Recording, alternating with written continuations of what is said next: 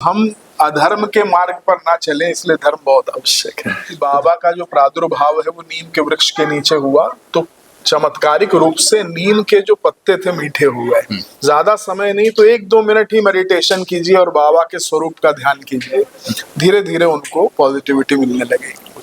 आज जब धर्म को लेकर इतना सारा प्रचार प्रसार, इतना सारा आडंबर हो गया, वैसे में साईं की प्रासंगिकता किस तरीके से आप देखते हैं? मन से पुकार कर देखो शिरडी के उस फकीर को, वही बदल सकता है तुम्हारे हाथों की लकीर को। मन की पुकार अगर पक्की है तो बाबा आ जाते हैं, किसी आडंबर की आवश्यकता है।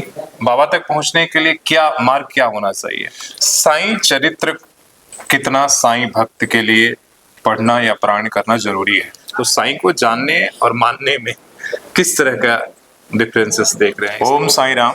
और आज हमारे साथ वैसे शख्सियत हैं, वैसे बाबा के कह सकते हैं कि बाबा के वचनों तक वो हम तक पहुंचाने के लिए जो काम जो ये हमारे गुरुजी कर रहे हैं, कथाकार, साई कथा वाचक के रूप में आप जानते हैं, लेकिन हम इन्हें एक तरीके से मार्गदर्शक के रूप में, इसलिए कि साईं बाबा ने जो कुछ कहा, साईं चरित्र में जो बातें कही गई है, उसकी जो अर्थ है और किस तरीके से आम भाषा में उसे समझें और साईं से कैसे जुड़े, सारी चीजों को श्रेय इन जाता है। इसलिए कि पहले दुनिया में पहले जो है साईं कथावाचक है सर। तो सबसे पहले आप समय देने के लिए आपका बहुत बहुत धन्यवाद। मेरा पहला सवाल यही रहेगा कि साईं को कैसे जाने, आज के युवाओं के लिए किस तरीके से कहेंगे, जब एक निगेटिव माहौल, नकारात्मकता भी है और सकारात्मक भी है, तो किस तरीके से युवाओं के लिए क्या कुछ कहा जाएगा? देखिए, सबसे पहले तो शशि भूषण जी को बहुत आशीर्वाद, और इनका जो चैनल है जो इतना सशक्त प्रयास कर रहा है धर्म को घर तक पहुंचाने का, क्योंकि हम अधर्म के मार्ग पर ना चलें, इसलिए धर्म बहुत आवश्यक है। तो धर्म संवाद ये जो नाम है, इससे मैं बहुत प्रभावित हूँ, उसको भी बहुत आशीर्वाद। और शिरडी में ये आए हैं और बाबा की पावन भूमि है। जो युवाओं की बात आपने कही, तो मैं ये जानता हूँ कि बाबा का जो प्रादुर्भाव है वो नीम के वृक्ष के नीचे हुआ, तो चमत्कारिक रूप से नीम के जो पत्ते थे मीठे हो गए।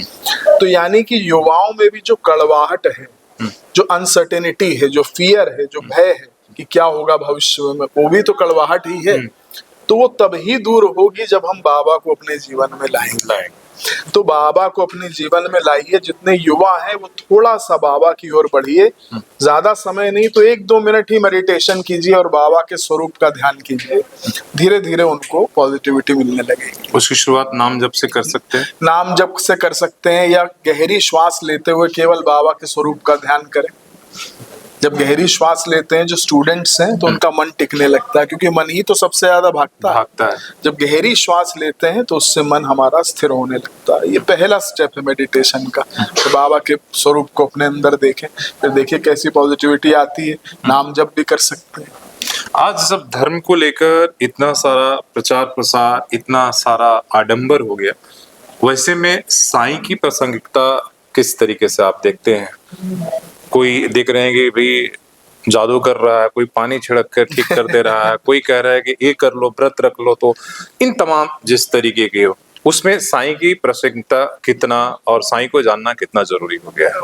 ये जो आजकल लोग कर रहे हैं, ये 107 साल पहले या उससे भी पहले, क्योंकि 107 साल पहले तो बाबा ने समाधि ली थी 1918 में, उससे पहले ही बाबा ने ये सब करके दिखा दिया है, तो अब कर रहे हैं।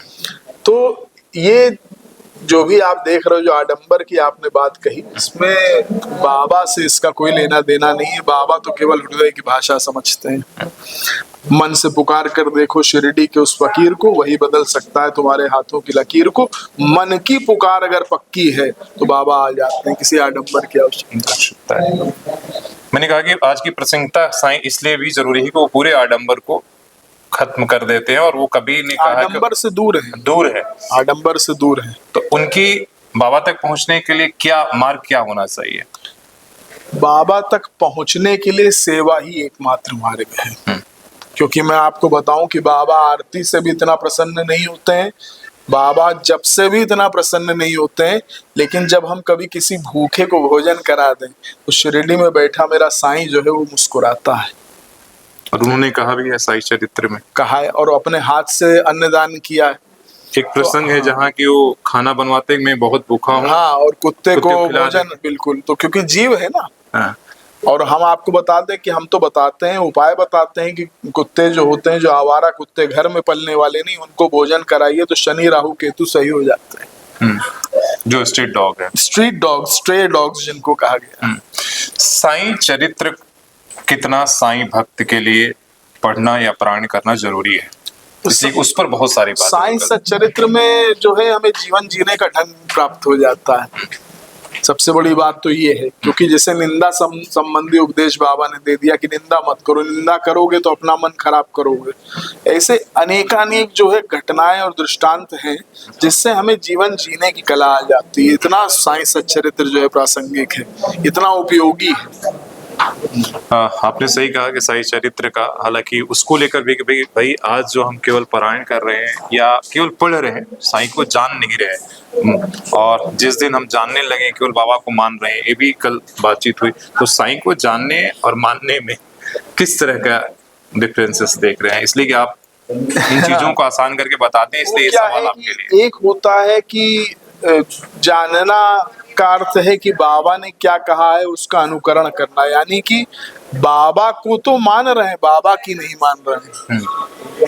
हम बाबा को तो मान रहे हैं कि हम साईं भक्त हैं, बड़ी खुशी से कहते हैं, लेकिन बाबा के उपदेशों का अनुसरण कर रहे हैं कि नहीं, ये बहुत आवश्यक है। तो बाबा को माने न माने, बाबा की जरूर माने, यही बहुत सही बात कहा। और इसी पे मेरा सवाल आपसे है गुरुजी कि साईं आपके जीवन में किस तरह से योगदान किए हैं और किस तरीके से परिवर्तन आया है? उससे लोग पूछते हैं बाबा का चमत्कार बताइए, मैं स्वयं बाबा का चमत्कार हूँ। माता पिता को संतान नहीं थी, शिरडी से ही मेरा जन्म हुआ, उन्हीं की मैं देन हूँ। 2.5 वर्ष का था, मैंने अभी बताया, अभी समिट में तो समाधि की सीढ़ी चढ़ा उतरा करता था। तो मेरा तो ये संबंध जो है बहुत पुराना है, मेरा संबंध तो शिरडी से बहुत पुराना है। तो मैं क्या आपको बताऊं, बाबा मेरे रक्त में बहते हैं, इससे ज्यादा बड़ी बात और क्या कह सकते। तो यात्रा शुरू कैसे होगी? जन्म तो जन्म, लेकिन आपका लगाव कैसे? हमारा तो जो है, अब जो कि जन्म ही बाबा की दया से हुआ है, तो विलक्षणता ये रही कि 12 वर्ष के थे तो शिव तांडव का पाठ करने लग गए। जटाटवी गलत ज्वल प्रवाह पावित स्थले गले लंबे लंबिताम भुजंग तुंग मालिकाम। तो कैसी कृपा है देखो सदगुरु की बाबा की। 12 वर्ष का बालक कैसे, वो तो नहीं बोल सकता संस्कृत।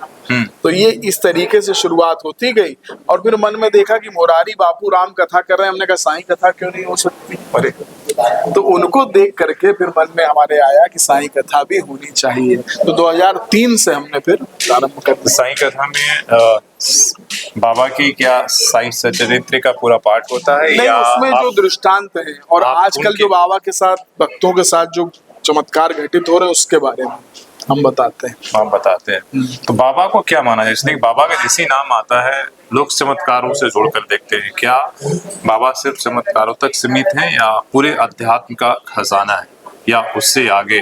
भक्त बस बाबा तो साक्षात परब्रह्म है ना, अजन्माद्यम एकम परब्रह्म साक्षात, अजन्मे है और साक्षात परब्रह्म है।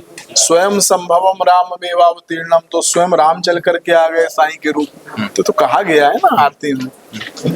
आपने एक दृष्टांत सहारनपुर का सुनाया, वो पूरे मतलब जितने भी ऑडिटोरियम में था वो सबके रोंगटे एक तरह से गूज़बम्प्स ये आया जब कहा कि, तो थोड़ा सा अगर उस तरह के अगर कोई आपके पास है, इसलिए कि जो लोग, हम लोग तो सुनकर आनंदित हो गए वो बाबा से, कि वो जो मानते नहीं कि भाई कि आज भी बाबा हैं, और अगर सही से पुकारो तो बाबा वो आते हैं किसी ना किसी रूप में। हमारे साथ दिन में 4-5 बार ऐसे चमत्कार हो जाते हैं, तो हम इसको क्या बताएं कि कोई एक चमत्कार हो तो बताएं।